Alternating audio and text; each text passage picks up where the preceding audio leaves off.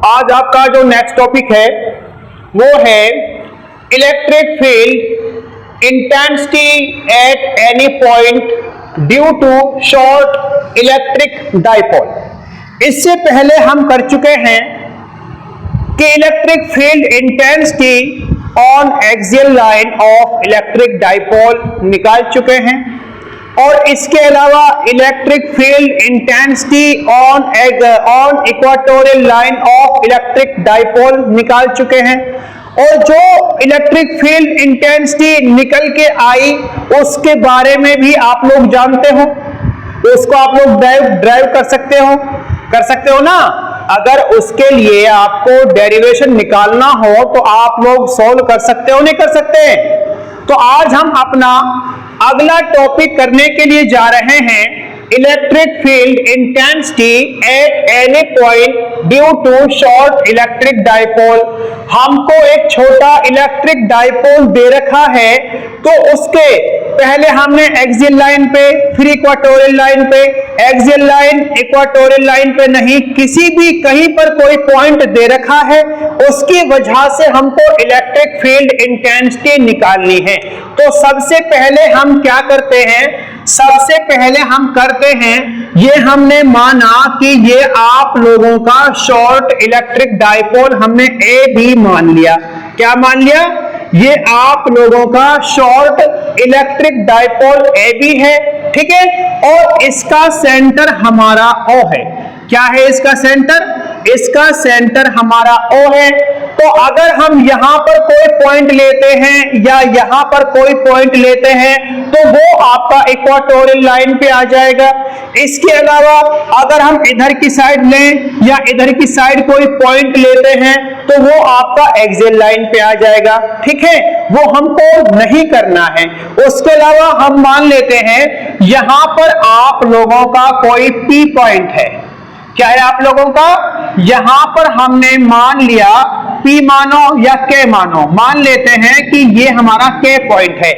और जगह हमने P पॉइंट माना, हम यहाँ K पॉइंट मानते हैं, ठीक है। और इस K पॉइंट की जो आपका डिस्टेंस है इस सेंटर से हमने क्या माना था, जैसे उसमें हमने डिस्टेंस को R से डिनोट किया था, यहां पर भी हम इस डिस्टेंस को R से डिनोट कर लेंगे, ठीक है।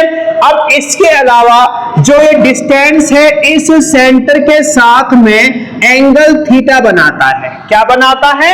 एंगल थीटा बनाता है, ठीक है। तो सबसे पहले हमने क्या किया, सबसे पहले हमने एक शॉर्ट इलेक्ट्रिक डाइपोल मान लिया जिसका हमने ए बी नाम दिया है। अब इसका सेंटर O है और K पॉइंट है, कोई कहीं पर भी हम यहां पर भी ले सकते हैं, यहां पर भी ले सकते हैं, यहां पर भी, यहां पर भी, यहां पर भी हम कहीं भी पॉइंट ले सकते हैं इक्वेटोरियल लाइन को और एक्सियल लाइन को छोड़कर, ठीक है। और इस पॉइंट पर हमें इस इलेक्ट्रिक डाइपोल की वजह से इलेक्ट्रिक फील्ड इंटेंसिटी निकालनी है, ठीक है। तो इसको हम आसान करेंगे, ठीक है। अगर माना कि ये जो हमारा A B short electric dipole है, अगर हम इसको ऐसे मूव कराते हैं, इसको हम ऐसे मूव कराते हैं तो ये जो K पॉइंट है इस इलेक्ट्रिक डाइपोल के एक्सियल लाइन पे ये पॉइंट हमारा हो जाएगा, हो जाएगा। अगर हम इसको इस इलेक्ट्रिक डाइपोल को ऐसे मूव कराते हैं तो ये हमारा इलेक्ट्रिक डाइपोल हो जाएगा इस इलेक्ट्रिक डाइपोल के इक्वेटोरियल लाइन पे, ये K पॉइंट हमारा हो जाएगा। क्यों ना हम इस को यूज करते हुए अपना जो डेरिवेशन है उसको निकाल लें। तो क्या करते हैं, सबसे पहले हमने इस ए बी इलेक्ट्रिक डाइपोल को घुमाया तो इसको घुमाने के साथ में आप लोगों का क्या बन गया, आप लोगों का यहां पर ये हमने माना कि ये आप लोगों का A1 और B1 क्या है, A1 और B1 ये आपका इलेक्ट्रिक डाइपोल मोमेंट हमने ऐसे कराया तो इस A1 B1 इलेक्ट्रिक डाइपोल के जो K पॉइंट है वो एक्सियल लाइन पे आ जाएगा, आ जाएगा, ठीक है। अब इसी तरह अगर हम इस AB को इस तरह इसको मूव करा दें तो हमारा क्या हो जाएगा, माना कि हमने इसको ऐसे यहां पर मूव करा दिया, और हमने माना कि ये आप लोगों का A1 और B1 हो गया। क्या हो गया? A1 और B1 आप लोगों का हो गया। कोई दिक्कत यहां तक नहीं है ना? तो अब ये K पॉइंट हमारा इस A1 B1 जो इलेक्ट्रिक डाइपोल है इसके इक्वाटोरियल लाइन पर ये पॉइंट हो गया। और इससे पहले हम एक्सियल लाइन पे इलेक्ट्रिक फील्ड इंटेंसिटी निकाल चुके हैं और इक्वाटोरियल लाइन पे इलेक्ट्रिक फील्ड इंटेंसिटी निकाल चुके हैं। जो ये हल्का फुल्का सा हमने किया है इसको हम यहां पर थोड़ा सा लिख लेते हैं, ठीक है? तो हमने क्या किया? हमने यहां पर किया let us consider a short electric dipole of dipole moment. Dipole moment को किसे शो करते हैं? स्मॉल p से, ठीक है? और डाइपोल मोमेंट आपका वेक्टर क्वांटिटी होती है और हमारा O क्या है? O बी द सेंटर, ठीक है? तो हम क्या कह सकते हैं? K is the point eight विच, जिस पर we want to calculate electric field intensity.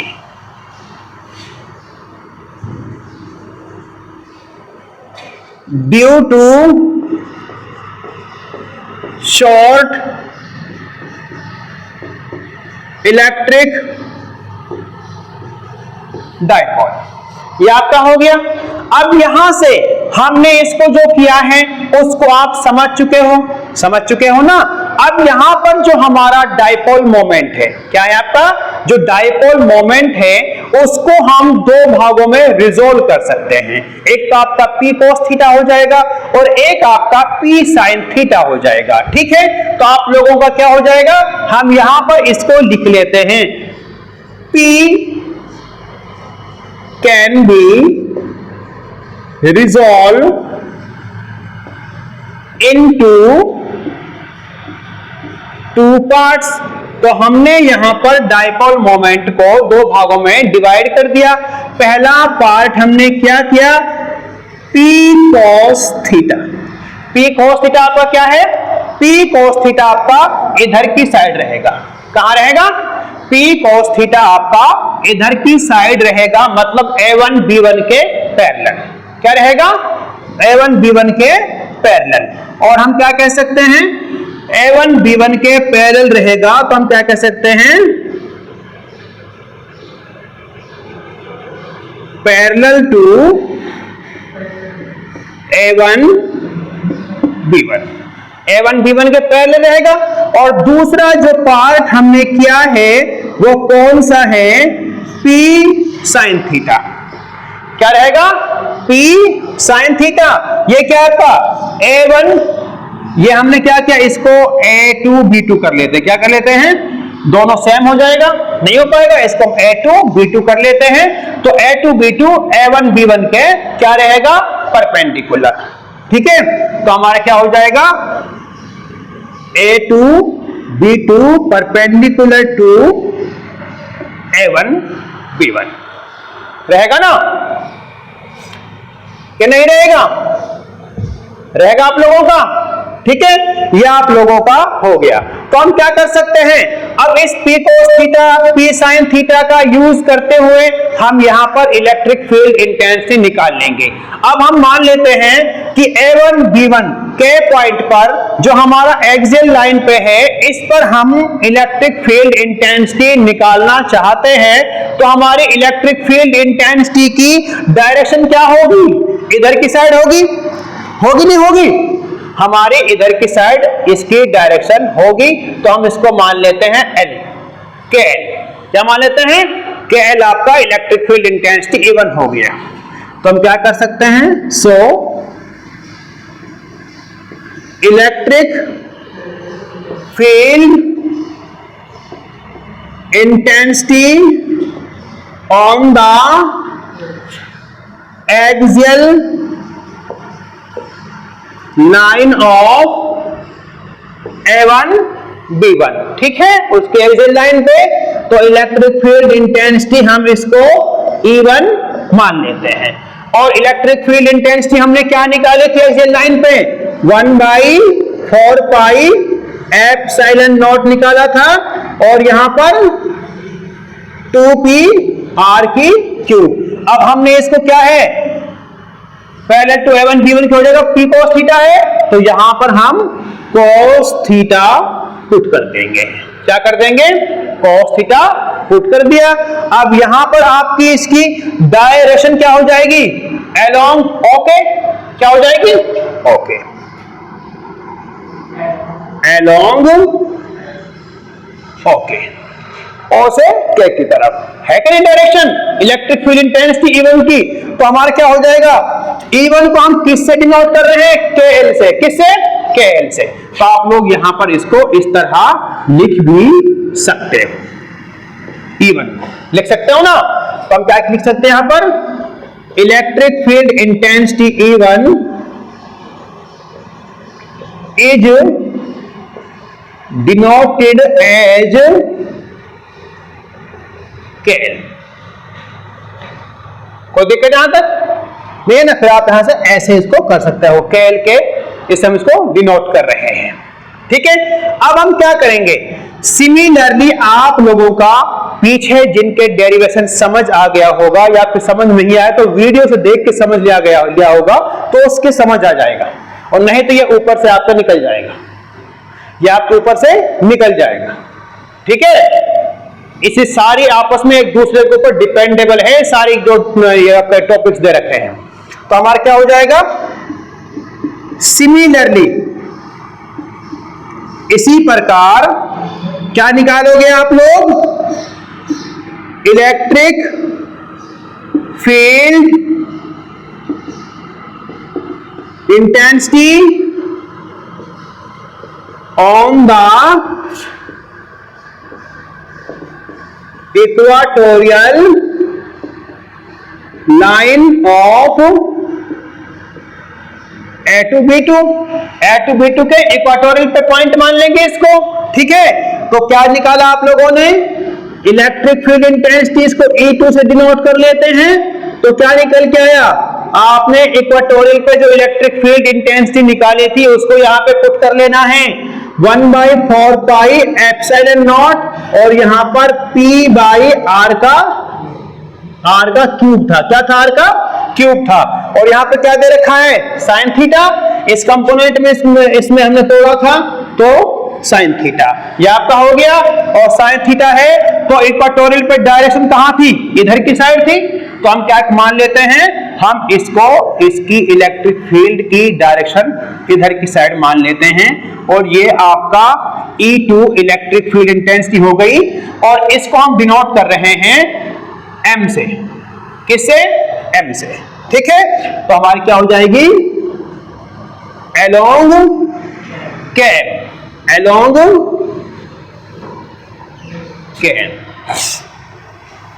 या क्या मान लेंगे इसको, हो गया आपका, कोई दिक्कत यहां तक नहीं है ना। तो यहां तक होने के साथ में आप लोगों को क्या करना है, इसको हम क्या करते हैं, यहां पर निकालने के लिए हम इसको मान लेते हैं कि आप लोगों का E2 इलेक्ट्रिक फील्ड इंटेंसिटी को इज डिनोटेड एज KM, ये आपका हो गया, कोई दिक्कत यहां तक। अब आप लोग यहां तक इसको उतार लीजिए, पॉज कर दो। अब यहां पर आप लोगों ने इलेक्ट्रिक फील्ड इंटेंसिटी यहां पर निकाल चुके हो और ये निकाल चुके हो। अब हमारा क्या होता है कि ये आपका E1 हो गया, ये आपका E2 हो गया।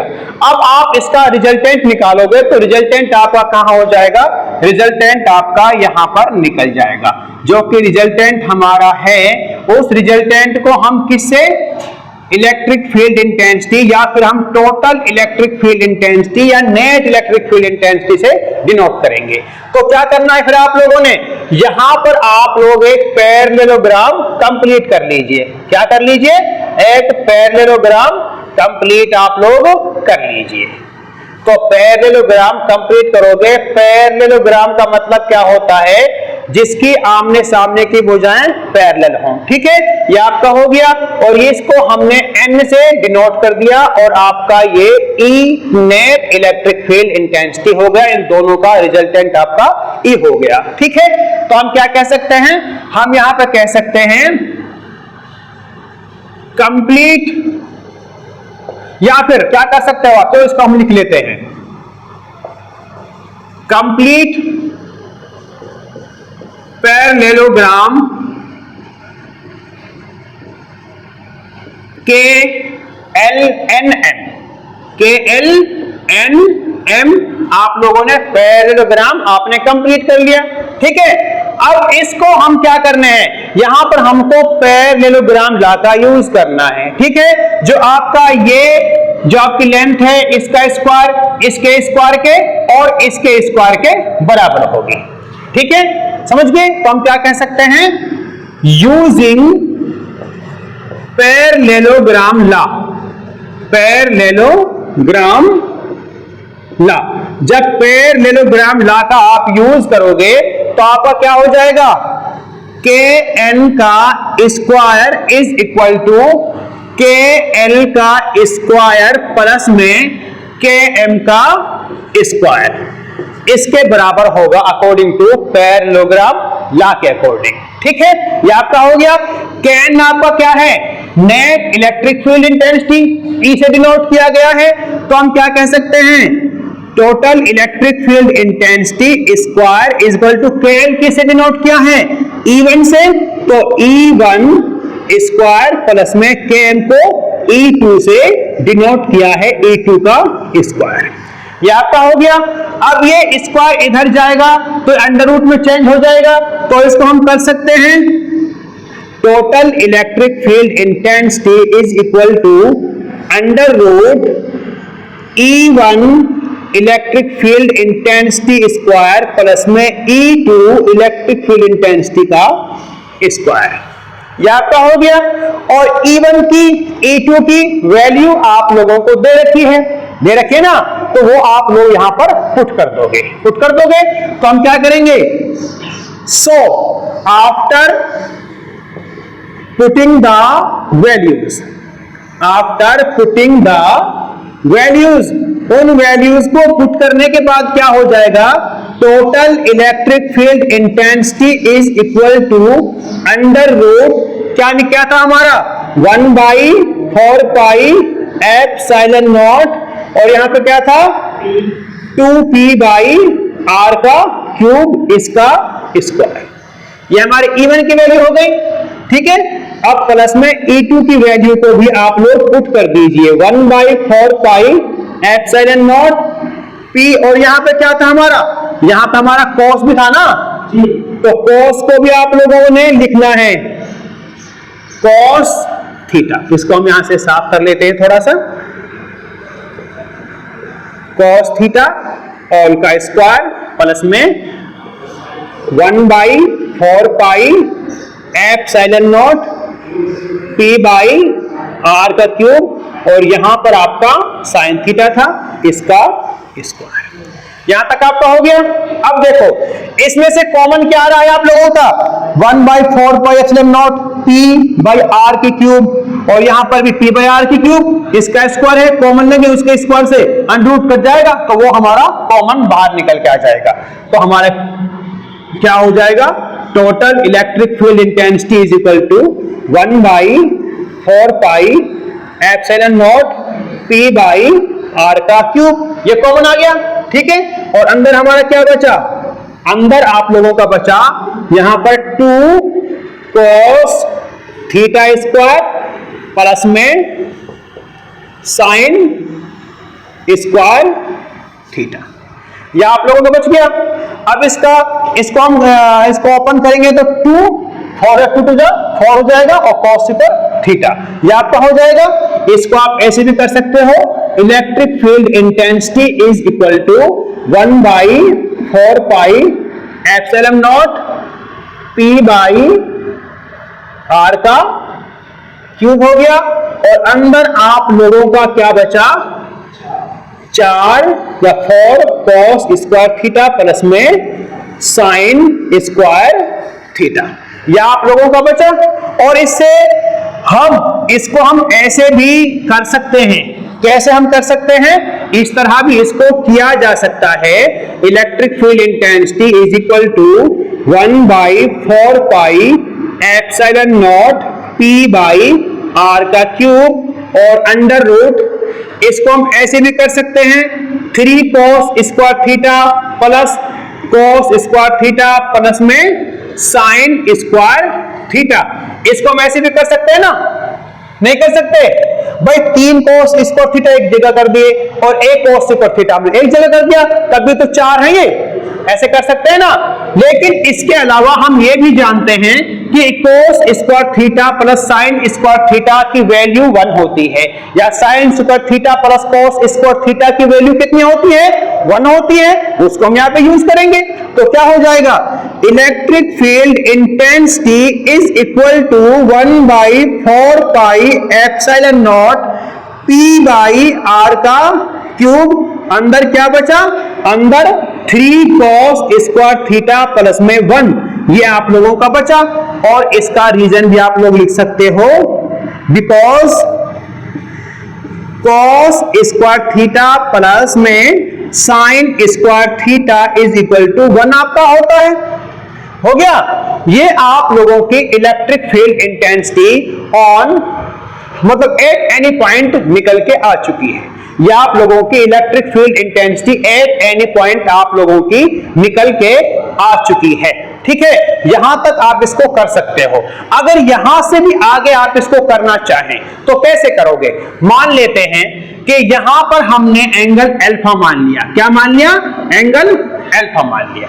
मतलब क्या है, यहां पे हमने माना लेट एंगल कौन सा हो जाएगा, एल के एल या एल के एन, एल के एन इज इक्वल टू हमने अल्फा मान लिया, अल्फा मान लिया।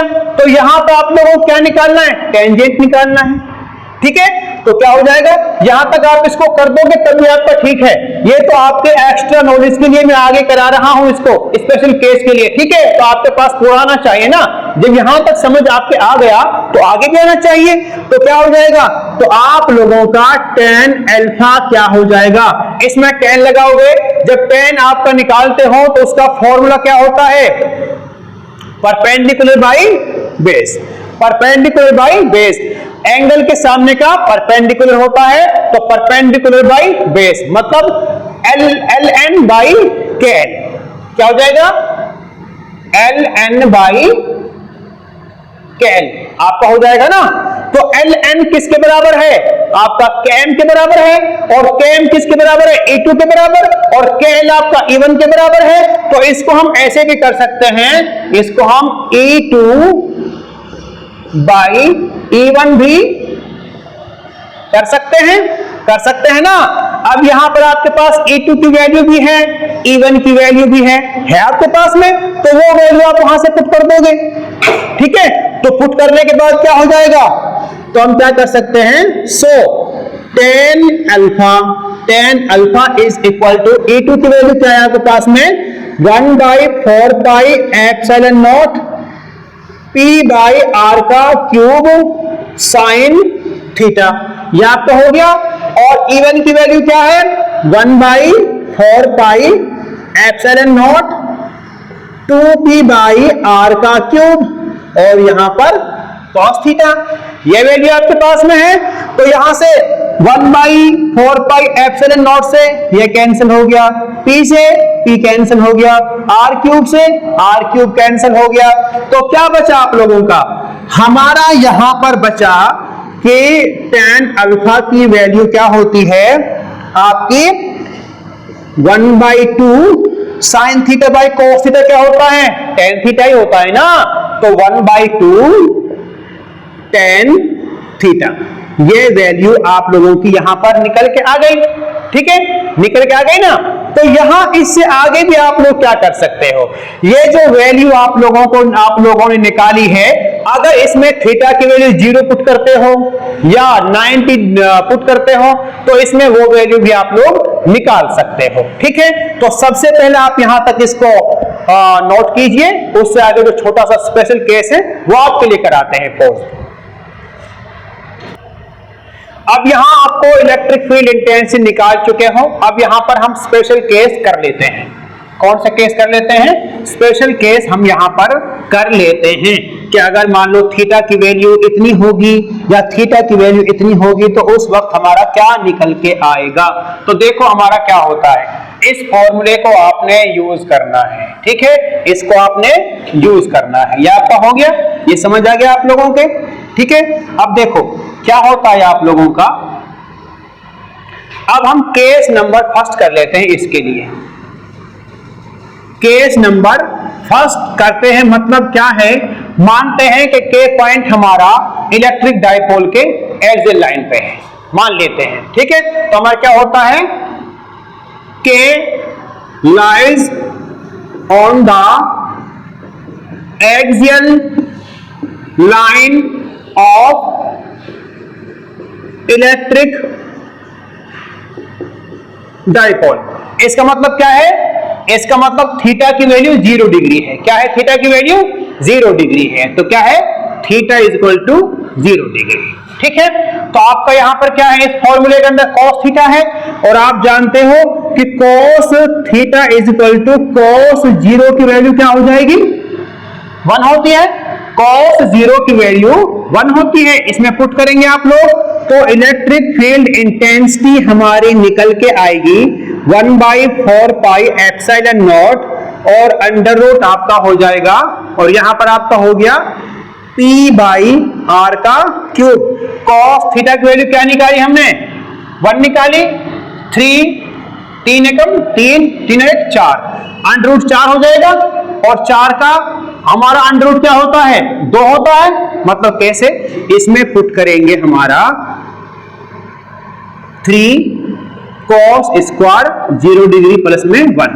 cos 0 की वैल्यू 1 होती है, तो इलेक्ट्रिक फील्ड इंटेंसिटी आप लोगों की निकल के आ जाएगी 1/4 पाई एप्सिलॉन नॉट P/R का क्यूब, 3 और 1 4, 4 का अंडर रूट 2 होता है, तो 2P।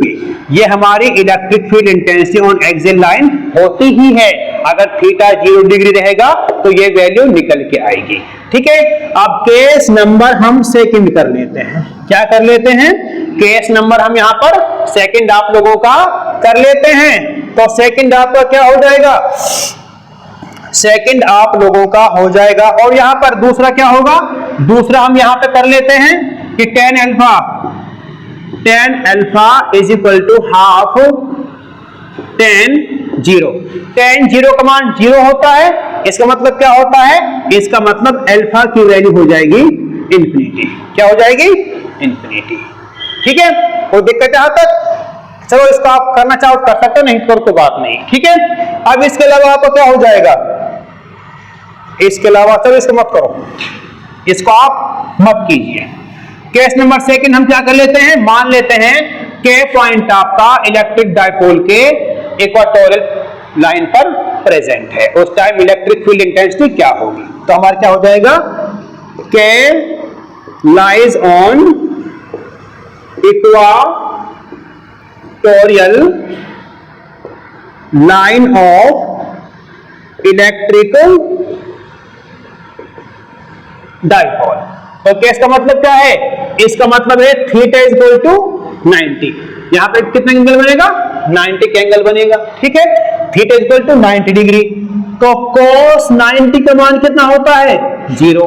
cos 90 का मान कितना होता है, 0।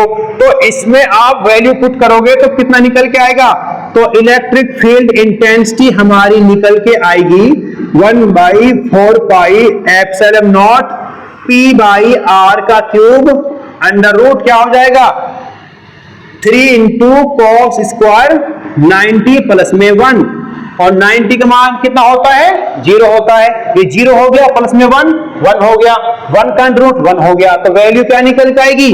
यही निकल के आएगी, is equal to 1/4 pi epsilon naught P by R का क्यूब। यही वैल्यू आपकी जब हम इक्वेटोरियल लाइन पे इलेक्ट्रिक फील्ड इंटेंसिटी की वैल्यू निकालते हैं, यही निकल के आती है। ठीक है, ये हमारे 2 केस भी हो गए हैं। ठीक है।